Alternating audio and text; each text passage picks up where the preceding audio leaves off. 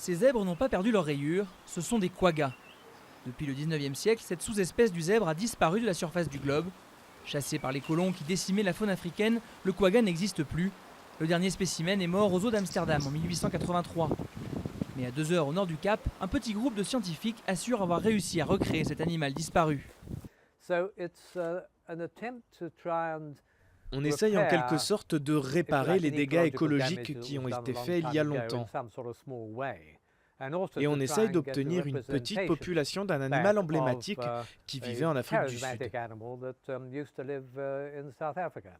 Depuis 30 ans, le projet Quagga a sélectionné des spécimens particuliers de zèbres.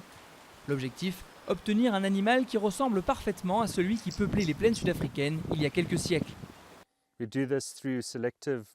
On fait un élevage sélectif. On cherche activement les zèbres qui ont peu de rayures et on les met ensemble dans un groupe.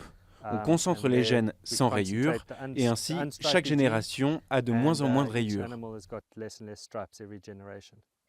Certains détracteurs estiment qu'il n'est pas nécessaire d'interférer avec la nature et que ces expériences ne permettront pas d'obtenir un vrai quagga. Mais les scientifiques défendent leur projet. L'ADN montre qu'il s'agit de la même espèce que les zèbres de plaine. Ils sont identiques. C'est comme une variété ou une sous-espèce des zèbres de plaine, mais pas une espèce différente. Si cela avait été le cas, alors ce projet n'aurait pas pu être justifié d'un point de vue scientifique. Difficile de contester les résultats. 100 animaux sont déjà nés depuis le lancement du projet et la 5e génération affiche une ressemblance frappante avec les zèbres disparus.